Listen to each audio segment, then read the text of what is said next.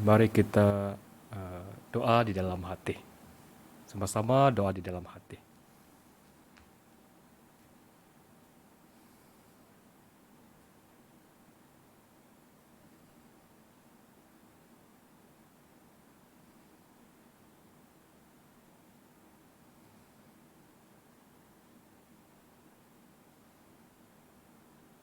Haleluya, amin. Dalam nama Tuhan Yesus Kristus memulakan kebaktian pada malam ini.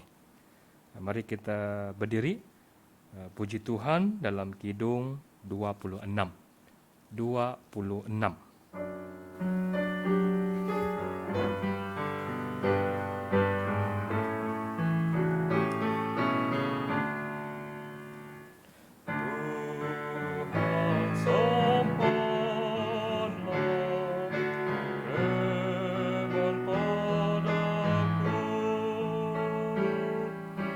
Ku setia menunggu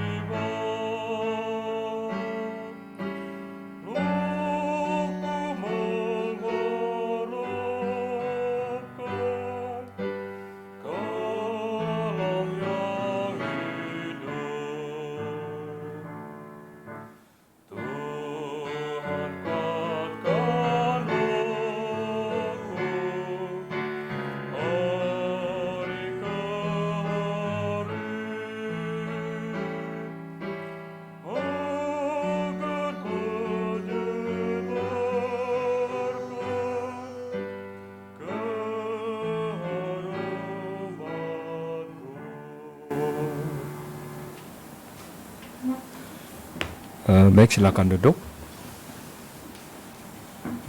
Selamat malam, salam sejahtera, salam damai kasih Tuhan kepada teman sekerja, pendeta, diakon, dan seterusnya kepada saudara-saudari yang dikasihi di dalam Tuhan Yesus Kristus. Baik, kita bersyukur dan berpeluang karena pada malam ini sekali lagi kita berkesempatan bersama-sama berkongsikan firman Tuhan. Jadi sebelum kita mendengar ataupun berkongsi firman Tuhan, maka terlebih dahulu kita akan berlutut dan berdoa. Dalam doa ini kita memohon pimpinan Tuhan agar kebaktian malam ini berjalan dengan lancar dan setiap kita yang mendengarkan firman Tuhan dibangunkan. Mari kita berlutut sama-sama berdoa.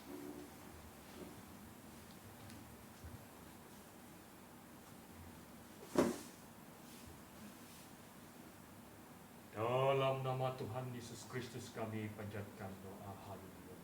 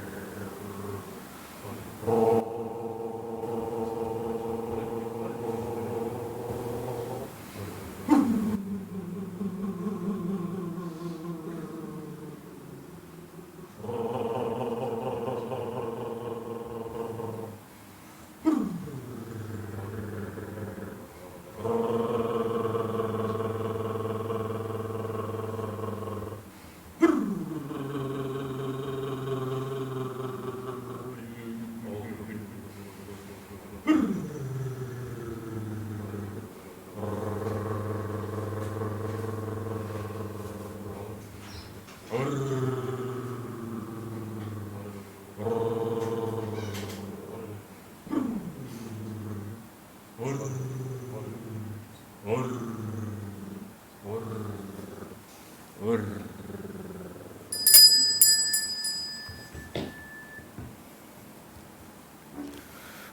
amin.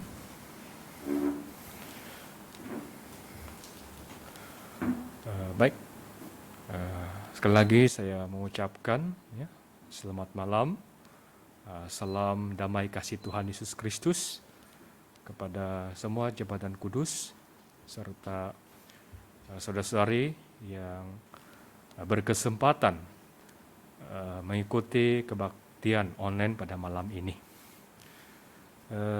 Saya bersyukur atas pengaturan Tuhan di mana diberi peluang kepada kita hari ini ya bersama-sama berkongsikan firman Tuhan. Jadi inilah satu kasih karunia yang Tuhan berikan setiap kita agar ya apabila kita mendengarkan firman Tuhan dan berkongsikan firman Tuhan, sama-sama kita dapat dibangunkan. Baik, seperti mana yang telah diberitahu kepada kita terlebih dahulu, ya pada malam ini saya akan membawa satu judul firman Tuhan, yaitu berjudul dengan sebatang bulu, bangunlah dan ukurlah. Ya. Nah, di manakah ayat ini ya tercatat? Ya. Kita lihat pertama sekali di dalam kitab yaitu Wahyu. Ya. Kitab Wahyu pasal 11 kita baca di dalam ayat yang pertama. Ya. Dalam nama Tuhan Yesus Kristus membaca Alkitab, kitab Wahyu pasal 11 ayat yang pertama. Ayat pertama. Kemudian diberikanlah kepadaku sebatang bulu seperti tongkat pengukur rupanya, dengan kata-kata yang berikut, bangunlah dan ukurlah bait suci Allah dan mezbah dan mereka yang beribadah di dalamnya. Baik, ya, saudara-saudari yang saya kasih dalam Tuhan Yesus, ya. Pada malam ini kita akan merenungkan ya, firman Tuhan di dalam ayat ini. Jadi di sini kita dapat lihat ya, satu firman Tuhan berkata ya, bangunlah. Di mana ya di sini mengatakan bangun dan ukurlah bait suci Allah dan mezbah yang berada di dalamnya. Baik, sesuai dengan ayat ini kita dapat lihat ya, di mana berkata ya bangun dan ukurlah ya, di dalamnya. Baik, pertama sekali kita lihat latar belakang dalam ayat ini mengatakan tentang apa. Ya. Kalau kita lihat ya, ayat ini ataupun pasal ini ya, berlaku kepada ya sangkakala ke-6 ya. Sebelum memasuki sangkakala ke-7 ya. Kita tahu di manakah ya sangkakala ke-7 dicatatkan ataupun di manakah sangkakala ke-7 berlaku. Di dalam ayat 15 ya saudara-saudari. Wahyu pasal 11 ayat 15 ya. Di sini mengatakan sangkakala ke-7 sudah ya. Lalu kita berkata, apakah terjadi apabila kita ya memasuki sangkakala yang ke-7? Ya, pada masa ini kalau kita lihat apabila sangkakala ke-7 ditiup pada masa ini ya, dunia sudah ditamatkan ataupun dunia sudah dikiamatkan ya. Justru itu ya di dalam Wahyu pasal 11 ayat 1 ini merupakan ya terjadinya di sangkakala yang ke-6. Jadi kita merenungkan ayat ini, apakah sebenarnya inti ataupun pengajaran kepada kita sebelum ya, dunia ini dikiamatkan? Ada beberapa yang perlu kita perhatikan ya. Kalau kita lihat di sini, ini merupakan satu peringatan yang keras ataupun peringatan yang bermakna harus diambil perhatian. Saudara-saudara yang saya kasih dalam Tuhan Yesus. Jadi sebelum dunia ini dikiamatkan, artinya hari ini kita harus ya melihat ayat ini dan beritahu kepada kita perhatian apa yang harus kita ya ambil ya sebelum dunia dikiamatkan. Baik, ya kalau kita lihat di dalam Wahyu pasal 11 ayat pertama sehingga 2 ini merupakan ya permintaan Allah kepada umatnya, ya umatnya. Baik, kita lihat ayat ini, ya, ayat pertama tadi. Kemudian diberikan kepadaku sebatang bulu. Baik, di sini kita lihat ya Rasul Yohanes ya diberikan kepadanya sebatang bulu ya, bulu. Baik, apakah lambang sebenarnya ya sebatang bulu ini? Kalau kita lihat ya, sebatang bulu ini dia mempunyai ciri seperti apa? Seperti tongkat pengukur rupanya. Artinya ya, di sini ada satu lambang yang penting yang diukur oleh Tuhan. Ya, nampaknya kalau kita lihat di sini, apakah lambang sebatang bulu pengukur ini? Ini memberitahukan kepada kita adalah kebenaran keadilan Tuhan. Ya. Misalnya kalau kita lihat ya satu ayat kitab di dalam Yohanes, ya. Mari kita membuka dalam kitab Yohanes pasal 17. Ya. Yohanes pasal 17,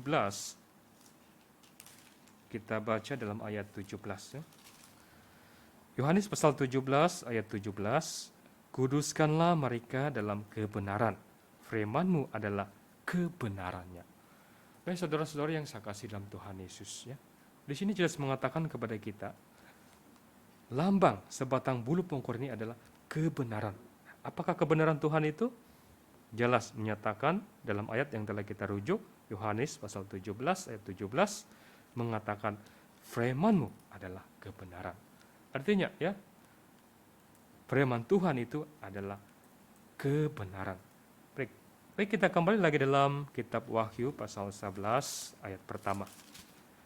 Apakah yang diukur oleh Tuhan, saudara-saudari? Di sini mengatakan kepada kita ada 3 perkara. Ya. Ada 3 perkara yang diukur oleh Tuhan. Yang pertama apa? Kalau kita baca di ayat pertama tadi mengatakan, bangunlah dan ukurlah bait suci Allah. Baik. Yang pertama dia mengatakan ya, mengukur bait suci Allah. Ya. Yang kedua apa? Mezbah. Ya. Bila kita bercerita dengan mezbah, ya, kita tahu mezbah itu sama ada ukupan ataupun korban bakaran. Ya. Tetapi di sini jelas ya tidak dinyatakan sama ada mezbah ukupan ataupun mezbah korban bakaran. Tapi nanti kita akan melihat ya, apakah maksud ini ya, ataupun apakah mezbah ini. Ya. Dan yang ketiga dapat kita lihat ya, mereka yang beribadah di dalamnya.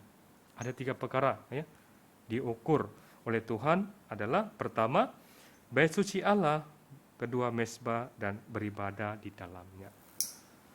Saudara-saudara yang dikasihi dalam Tuhan Yesus ya, ada beberapa yang boleh kita lihat ya. Kenapakah Tuhan ya mengukur mereka yang beribadah di dalamnya? Kenapa tidak di luar ya?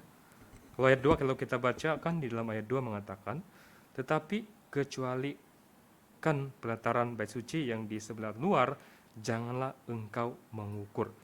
Kerana ia telah diberikan kepada bangsa-bangsa lain dan mereka akan menginjak kota suci 42 bulan lamanya. Ya. Di sini ya Tuhan menyuruh ya, Rasul Yohanes bahagian luar itu ya. Maka harus jangan diukur ya, jangan diukur. Hanya diukur yang berada di dalamnya.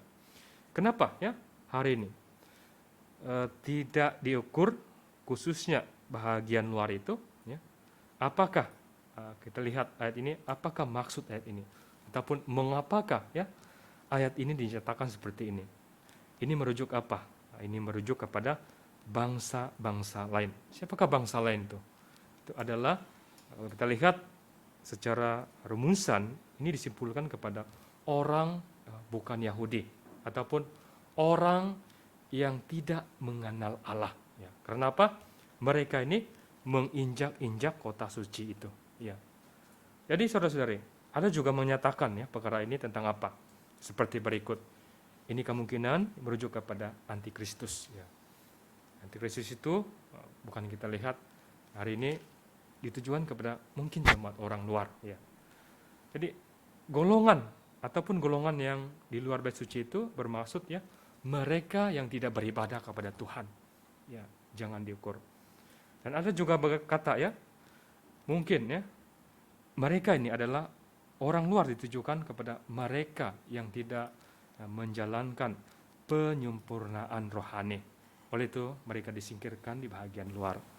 Jadi ini adalah beberapa andaian lah yang mengatakan. Tetapi secara kesimpulan ya dapat kita lihat Yesus berkata, jangan ukur di bahagian ya, pelataran sebelah luar itu. Jadi artinya apa yang diukur di dalam Tuhan. Mari kita bincangkan tentang apakah yang diukur oleh Allah hari ini. Baik, kita lihat ayat pertama yaitu tentang bait suci Allah. Ya, bait suci Allah. Kita lihat ya, apabila kita berkata tentang bait suci Allah, ini merujuk kepada apa? Suatu skala yang kecil ataupun tempat yang kecil. Kita tahu ya, bait suci Allah ini hari ini boleh kita bahagikan dua bahagian. Ya. Bahagian yang pertama, kalau kita lihat penjelasan ya, Paulus ya, khususnya dalam 1 Korintus ya.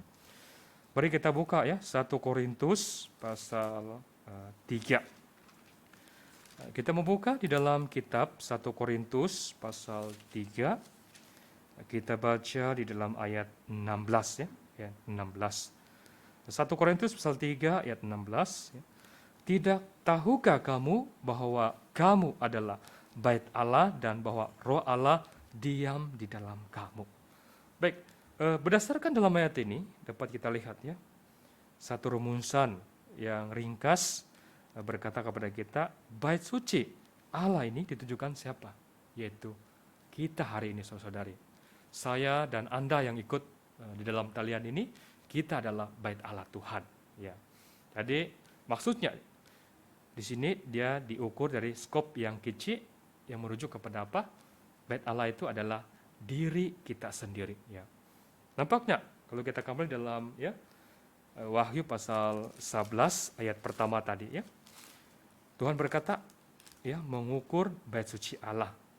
Kalau itu ditujukan kepada diri kita, maknanya apakah yang diukur oleh Tuhan hari ini? Ya, setiap kita. Ini ya merujuk kepada kita. Tuhan mengukur ya kepribadian kita. Apakah ya, kita menggunakan anugerah Tuhan bersesuaian dengan kehendak Tuhan. Ya. Jadi kita pikirkan, apakah hari ini kita ya menggunakan kasih anugerah Tuhan ini ya bersesuaian dengan kehendak Tuhan, saudara-saudari. Ya. Kita tahu Alkitab mengatakan kepada kita ini adalah manusia yang berdosa. Ya. Artinya kalau manusia yang berdosa tidak ada pengharapan. Tetapi dengan kasih anugerah Tuhan, ya turun ke dunia, dan setelah kita mengenal Tuhan Yesus, maka kita ya disucikan ya dalam darah Tuhan Yesus. Artinya kita telah ya ditebus oleh Tuhan di dalam dosa ini. Dan sesungguhnya kita telah mendapatkan ya kasih anugerah keselamatan dalam hidup kita. Jadi ya hari ini apakah kita ya menggunakan kasih anugerah Tuhan itu bersesuaian dengan kehendak Tuhan ya. Jadi kita justru itu ya kita pikirkan hari ini. Apakah kita ya menggunakan sepenuhnya untuk ya memuliakan nama Tuhan. Jadi ya inilah kesempatan kita. Kalau kita kembali dalam Wahyu pasal 11 ayat 15, apabila sangkakala ketujuh telah ditiup, maka pintu anugerah keselamatan itu telah ditutup. Ya. Kalau ditutup artinya ya pada masa itu kita mau bertobat ataupun ya kita mau mendapat anugerah keselamatan tidak ada lagi, saudara-saudari. Ya. Kesempatan dan peluang dalam hidup kita itu tidak ada lagi. Ya. Itulah hari ini ya. Kita berkata hidup manusia itu hanya satu kali dan sesudah itu akan dihakimi. Ya. Justru itu Alkitab berkata, ya walaupun hari ini kemungkinan ya kita tidak sampai kepada hari kedatangan Tuhan, tetapi kalau kita lihat, kita rumuskan, kita akan mengalami dua kiamat ini, saudara-saudari. Yang pertama itu adalah kiamat apa? Kiamat kecil dari segi diri kita sendiri.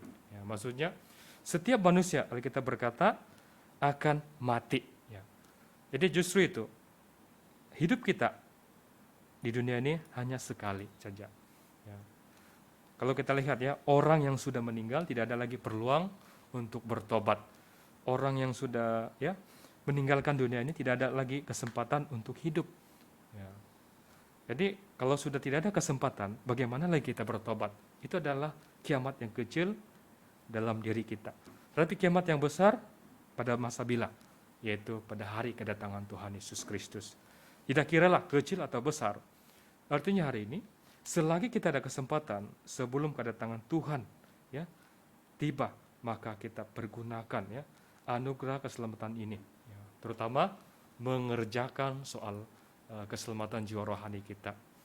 Karena Alkitab berkata, setiap kita bertanggung jawab atas keselamatan jiwa rohani kita. Ibu bapa, kawan-kawan, saudara mara tidak dapat menolong keselamatan jiwa rohani kita.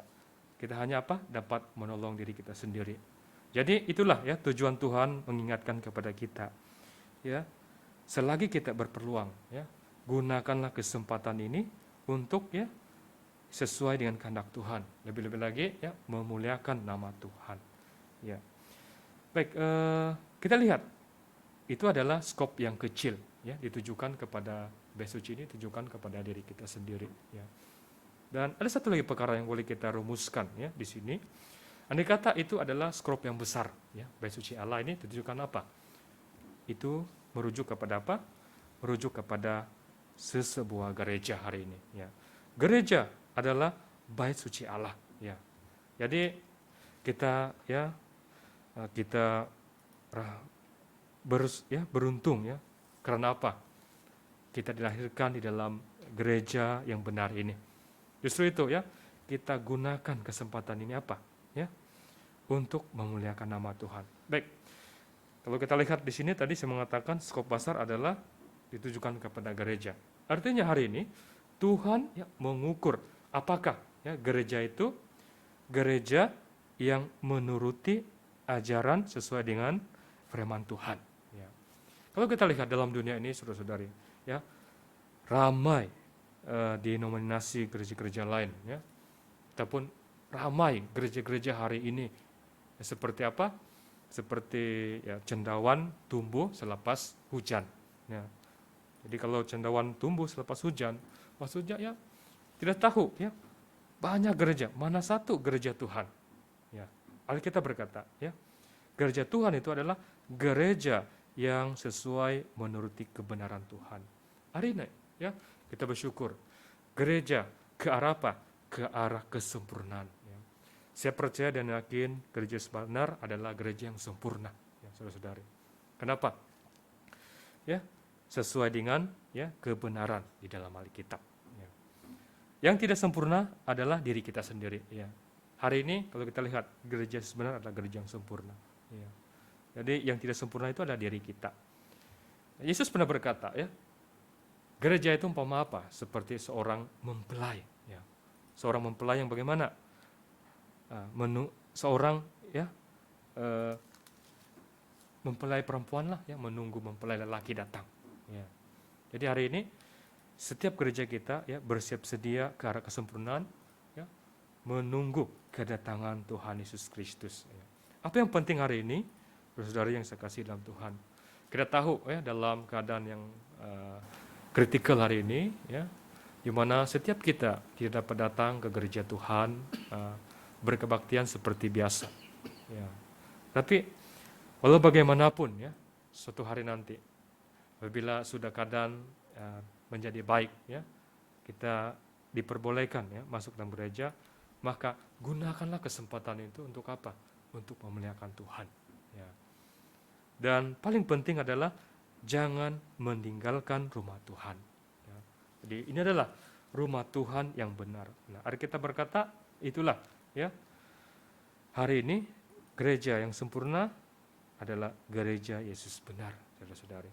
Baik, itu adalah yang pertama ya. Yesus menyuruh kepada Rasul Yohanes mengukur apa? Bait suci Allah. Ya, bait suci Allah. Baik, perkara kedua, apakah yang diukur oleh Allah hari ini? Selain bait suci Allah, butiran kedua di sini mengatakan apa? Mesbah. Ya, mesbah. Baik, kita lihat mesbah. Tadi ya saya bincangkan kepada kita, kita tidak pastikan ya, sama ada mesbah ini mesbah ukupan ataupun mesbah korban bakaran. Ya. Jadi kalau kita lihat ya, mesbah ataupun dalam kata asal di sini mesbah ini ya, dia hampir sama dengan catatan di dalam ya Wahyu pasal 8 ya. Wahyu pasal 8 kita boleh bacakan dalam ayat 3 ya. Wahyu pasal 8 ayat 3. Ayat 3, maka datanglah seorang malaikat lain dan ia pergi berdiri dekat mesbah dengan sebuah pedupaan emas dan kepadanya diberikan banyak kemenyan untuk dipersembahkan bersama-sama dengan doa semua orang kudus di atas mesbah emas di hadapan takhta itu. Baik, kalau kita lihat ya di dalam pasal 8 ini menceritakan tentang apa? Ini adalah pada hari ya sangkakala ketujuh ditiup. Ya, maksudnya pada masa dunia ini dikiamatkan. Ya, kalau kita lihat di dalam ayat pertama mengatakan apa? Ketika anak domba itu membuka meterai yang ketujuh, maka sunyi senyaplah di surga ini. Baik, kalau kita lihat di dalam firman Tuhan ini memberitahukan kepada kita tentang apa? Ya, sebelum kiamat tiba, dunia ini akan senyap selama setengah jam, maksudnya 30 menit. Ya, dunia ini akan senyap. Nah, barulah tiba kiamat itu, ya, dimusnahkan ya dunia ini. Jadi kita melihat ya dalam Wahyu pasal 11 ayat pertama tadi itu merujuk kepada sangkakala ke-6. Jadi di sini ya meterai ke-7 adalah sangkakala 7. Pada masa ini dunia sudah dikiamatkan, ya, dikiamatkan.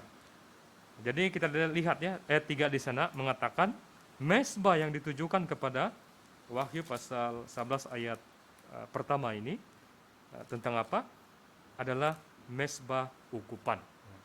Maksudnya ukupan itu ya kalau kita lihat di sini kemenyan dipersembahkan kepada bersama-sama dengan orang kudus ya. Artinya kemenyan itu kalau kita lihat di dalam mesbah ukupan dia akan dibakarkan di dalam ya mesbah itu dan menghasilkan bau yang di dalam dalam ya bait suci Allah itulah ya. Jadi ini merujuk tentang apa saudara-saudari? Apa yang diukur oleh Tuhan adalah mesbah ukupan. Ini merujuk kepada ya doa kita, kehidupan doa kita. Apakah ya kita mencapai piawaian ya dihendaki oleh Tuhan? Ya, apakah doa kita hari ini ya mencapai standar yang diminta oleh Tuhan? Ya. Kalau kita lihat ya sejarah-sejarah misal kata Abraham ya. Di mana Abraham ya dia berkemah, dia akan mendirikan apa? Mesbah ya dan memanggil nama Tuhan. Nah, dulu mereka sembahyang gunakan mesbah ya, bakaran ya. Jadi membakar untuk memanggil nama Tuhan. Jadi hari ini kita saudara-saudari ya tidak perlu lagi kita ya mengikuti seperti zaman dahulu di mana kita berada mau bakar apa, korban apa, tidak payah ya. Kita hanya pakai apa? Kita hanya berlutut dan panjatkan doa. Nah, artinya hari ini ya biarlah doa kita itu menghasilkan keharuman di dalam Tuhan Yesus Kristus. Ya. Jadi satu hari nanti, ya setiap kita Tuhan mengukur ya, apakah doa kita itu mencapai markah. Markah yang paling senang kita katakan markah yang diminta oleh Tuhan. Seperti dalam sistem pendidikan ataupun sekolah, dia ada grade-grade ya, E, B, C sampai D dan sebagainya. Ya. Jadi dalam Tuhan juga ada sistem. Apakah sistem itu ya? Ya, kita tidak tahu lah ya bagaimana Tuhan ukur ya sama ada grade A, B, C dan begitu dan sebagainya. Tapi satu kesimpulan yang kita harus ketahui ya, doa kita akan diukur oleh Tuhan. Ya. Jadi hari ini saudara-saudari inilah kesempatan kita ya masa pandemik ini, ya, saya rasa kita banyak masa duduk di rumah dan berpeluang untuk apa? Ya, memanggil nama Tuhan, panjatkan doa. Nah, jadi hari ini, ya, apakah doa kita itu, ya, mencapai standar Tuhan? Jadi kita pikirlah, ya, bagaimana. Ya, jadi Tuhan satu hari nanti akan mengukur standar keewaan. Apakah doa kita itu mencapai kesesuaian dengan Tuhan Yesus Kristus? Ya. Jadi itulah, ya, kalau kita lihat Matius misalnya mengatakan tentang apa, ya? Khususnya dalam kitab Matius pasal 24, ya. 24. Ya. Di sini merupakan satu khotbah tentang akhir zaman, ya, akhir zaman. Nah, di mana menceritakan kedatangan Tuhan Yesus, ya. Manakala kita dapat lihat, ya, 3 perumpamaan dituliskan berturut-turut, ya. 3 perumpamaan, ya, dituliskan kepada kita berturut-turut. Ini menunjukkan kepada kita saudara-saudari, ya, harus mengajar kesempurnaan rohani, ya. Ya.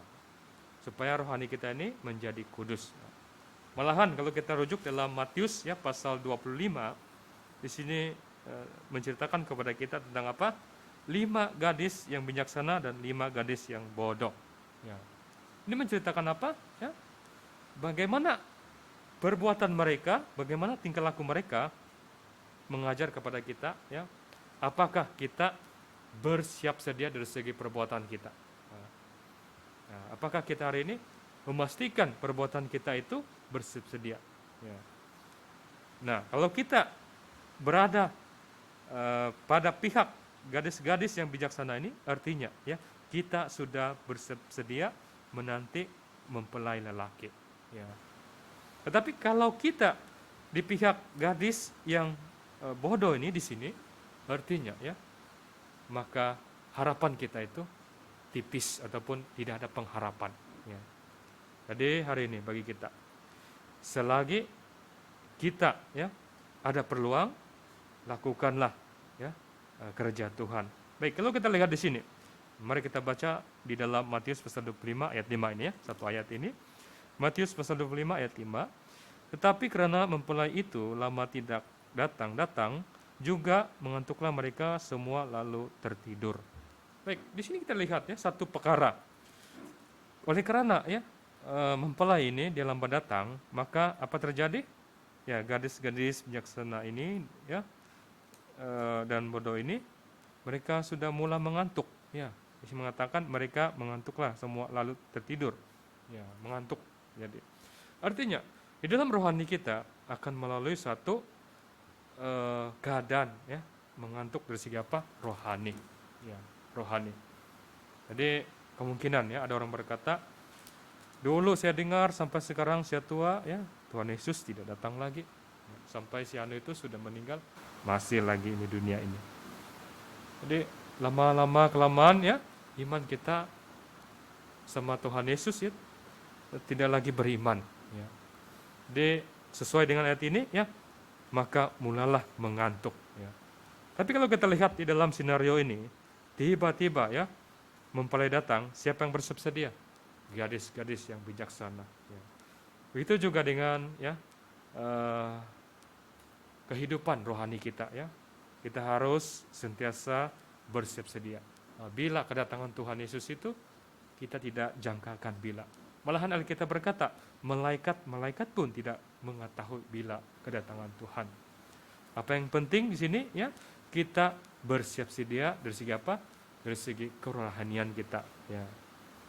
Jadi selagi kita berpeluang, ya, maka tunjukkanlah perbuatan-perbuatan yang baik, lakukanlah, ya, sesuai dengan kehendak Tuhan. Lebih-lebih lagi, ya, kita harus banyakkan berdoa. Ya. Selalu kita mendengar khotbah, ya, melalui doa kita mendapat kekuatan. Nah, jadi inilah, ya, saluran berkat bagi kita, banyaklah berdoa supaya hari ini, ya, kita mendapat kekuatan dan terus, ya, menjalani hidup kita terus dalam mengerjakan soal rohani kita, ya. Supaya, ya, iman kita itu tidak mengantuk, ya. Baik, itu adalah perkara yang kedua, ya, di mana apa yang diukur oleh Tuhan adalah doa kita, saudara-saudari. Ya. Apakah doa kita itu mencapai standar piawaan Tuhan? Ya. Baik, itu yang kedua. Yang terakhir yang boleh kita belajar lagi, mari kita kembali Wahyu pasal 11 ayat yang pertama. Wahyu pasal 11 ayat yang pertama, ya. Yang terakhir kita lihat kalimat yang terakhir, ayat 1 mengatakan apa? Mesbah, mereka yang beribadah di dalamnya. Baik, di sini apalagi yang diukur oleh Tuhan?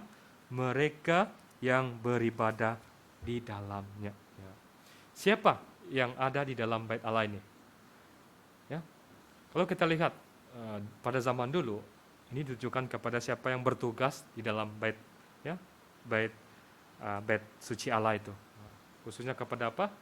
Kepada para imam, ya, yang besar, orang Lewi di pelataran bait Allah, ya. Mereka lah yang bekerja di dalam bait Allah itu, ya. Tetapi di sini mengatakan mereka yang berada, artinya orang yang bekerja dalam bait Allah itu. Sudah tentu kepada imam-imam, ya, yang boleh masuk ke dalam bait suci Allah. Ya. Jadi dalam konteks hari ini, ya, ini ditujukan kepada siapa? Ya, ya, ditujukan kepada, ya, mereka yang beribadah di dalam olah gereja. Ya. Dalam olah gereja siapa yang beribadah? Nah, kalau kita lihat ada imam dulu, ya. Jadi imam siapa? Itulah jabatan kudus, ya. Mereka ada di dalam. Juga tidak dikecualikan kepada kita hari ini, saudara. Ya, kita jemaat juga berada di dalam. Artinya tidak kiralah siapakah dia, tapi asalkan mereka yang beribadah di dalam, ya, mereka lah yang diukur oleh Tuhan. Ya. Jadi artinya setiap kita, nah kesimpulannya adalah setiap kita diukur oleh Tuhan, ya, tidak dikecualikan. Di sini mengatakan mereka yang beribadah di dalamnya. Ini termasuklah kepada apa? Jemaat dan para pekerja suci, ya, tidak dikecualikan. Ya, mereka diukurlah. Ya, jadi dan Tuhan mengatakan di sana, ya, mereka yang di luar itu tidak payah diukur. Ya. Jadi kalau mereka di dalamnya, artinya, nah, setiap kita diukur oleh Tuhan. Ya. Apabila kita bercerita kita di dalam Tuhan, maksudnya, ya, apakah kita melakukan kehendak Tuhan? Nah, bila kita berada di dalam gereja, ya, banyak pelayanan-pelayanan yang boleh kita lakukan, ya. Seperti, ya, kalau kita lihat di dalam 1 Korintus, misalnya 1 Korintus, ya, 1 Korintus pasal 9 ayat 27, ayat 7. Tetapi aku melatih tubuhku dan menguasai seluruhnya supaya sudah memberitakan Injil kepada orang lain, jangan aku sendiri ditolak. Baik, ini adalah satu, ya, saksian daripada Rasul Paulus yang mengatakan, aku melatih tubuhku, ya, dan menguasai seluruhnya apabila memberitakan Injil, jangan aku sendiri ditolak. Baik, artinya, ya, pelayanan Rasul Paulus di sini, ya, dia memberitakan Injil. Kita yang di dalam Tuhan diukur oleh Tuhan. Apakah kita melakukan pelayanan-pelayanan di dalam gereja? Ya, setiap kita diukur. Jadi kita tahu, ya, dalam gereja itu banyak perkara pelayanan-pelayanan yang kita boleh lihat lah. Ya. Kalau kita tidak ada karunia berkhotbah, mungkin, ya, karunia-karunia kita itu ada di tempat lain.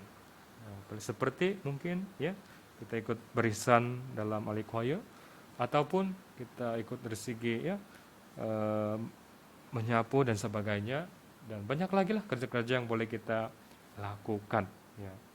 Tapi pokoknya bagi hari ini adalah mereka yang beribadah di dalamnya, ya. Orang-orang yang beribadah di dalamnya, ya. Ya, tidak cukup lah kita semua, ya, kita diukur oleh Tuhan. Orang di luar itu tidak diukur oleh Tuhan. Ya. Jadi itulah tepatlah seperti kita mengatakan penghakiman Tuhan bermula di mana? Rumah Allah. Ya. Jadi artinya kita di dalam semua. Ya. Ya, apabila kita sudah bersedia ini, saudari, ya, makanya, ya, kalau kita lihat 1 Korintus pasal 11 ayat 15, mari kita kembali, ya. 1 Korintus pasal 11 ayat 15, maka pada masa ini Apabila sangkakala ketujuh ditiup, maka ya kita sudah bersiap sedia. Ya, kita sudah bersiap sedia. Pada masa ini ya Tuhan akan datang, ya, akan datang. Jadi hari ini, saudara-saudari, kita mendapat satu kesimpulan dalam ya ayat Wahyu pasal 11 ayat 1 ini, ada 3 perkara yang diukur oleh Tuhan. Ya. Yang pertama, yaitu di sini mengatakan apa? Bait suci Allah. Ya. Dalam skop yang kecil, seperti ya Rasul Paulus mengatakan bait suci itu adalah kita, ya, diri kita. Ya. Dan skop yang besar itu dituju kepada apa? Gereja. Ya. Apakah gereja itu melakukan sesuai dengan kebenaran, sesuai dengan kehendak Tuhan. Ya. Tuhan akan ukur. Ya. Yang kedua, dapat kita lihat apa yang diukur oleh Tuhan adalah mesbah. Ya. Mesbah, di sini mengatakan mesbah ukupan. Apakah doa kita itu menghasilkan keharuman kepada Tuhan? Ya. Apakah doa kita itu ya dapat berkenan dengan Tuhan? Ya. Andai kata kita ya berusaha dalam segi doa, sudah pasti Tuhan akan membantu dalam hidup kita. Banyak ya, ataupun ramai contoh-contoh tokoh yang boleh kita lihat ya, tokoh-tokoh doa. Misalnya siapa? Daniel yang selalu kita sebutkan. 3 kali dia berdoa. Ya. Dan Tuhan Yesus sendiri dalam perjanjian baru ya, kalau kita lihat dia mengajar satu teladan ya, berdoa. Artinya doa ini tidak dipisahkan setiap kita umat Tuhan. Ya. Tuhan Yesus juga memberi teladan, ya, dia berdoa. Ya. Jadi kita hari ini juga harus ya berusaha berdoa ataupun berusaha menyempurnakan rohani kita. Ya. Pentingkan doa dalam hidup kita. Ya. Pertama adalah doa itu seperti apa? Seperti ibarat seperti kita makan hari ini ya nasi lah. Ya, begitu juga doa kita. Kalau kita selalu berdoa, artinya kita sentiasa mendapat kekuatan di dalam Tuhan. Ya. Jadi inilah ya diukur Tuhan, apakah doa kita itu berkenan kepada Tuhan. Yang ketiga, mereka yang beribadah di dalamnya. Di dalam artinya seluruh jemaat, seluruh pekerja suci tidak dikecualikan. Ya, Tuhan akan mengukur mereka. Ya. Di sama ada ya Tuhan ukur bagaimana, apakah perbuatan kita bersesuaian dengan Tuhan, itu adalah kehendak Tuhan. Ya.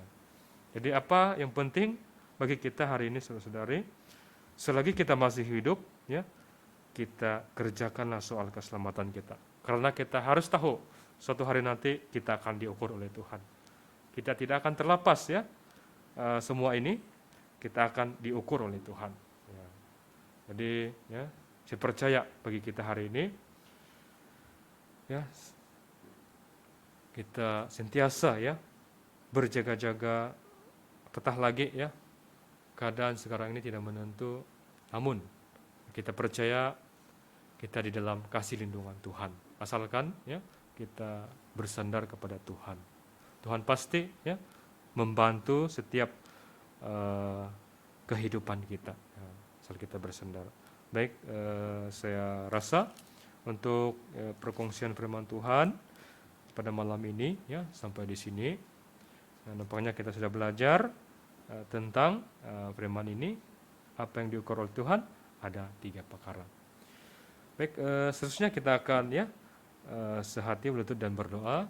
Dalam doa ini kita mohon pimpinan Tuhan, walaupun mana kita berada, ya kita satu di dalam Tuhan. Ya, jadi kita berdoa, terlebih lagi kita memohon perlindungan Tuhan. Keadaan sekarang ini ya sangat mencabar bagi kita semua. Apa yang kita harapkan, Tuhan melindungi kita. Ya. Dan tidak lupa juga kita sentiasa bantu doa kepada para saiman kita, mereka yang dijangkiti.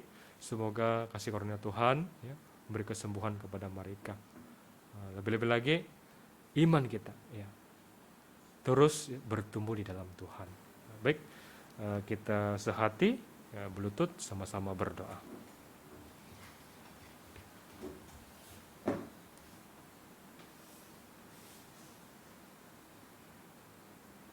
Dalam nama Tuhan Yesus Kristus kami panjatkan doa.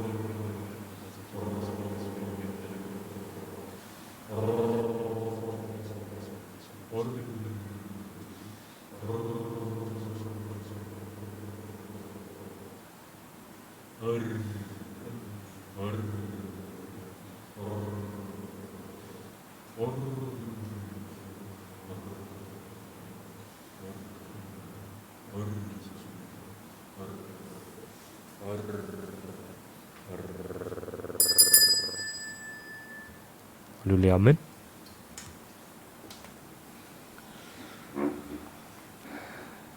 Baik, untuk perkongsian firman Tuhan ya sampai di sini. Semoga Tuhan memberkati kita semua. Haleluya.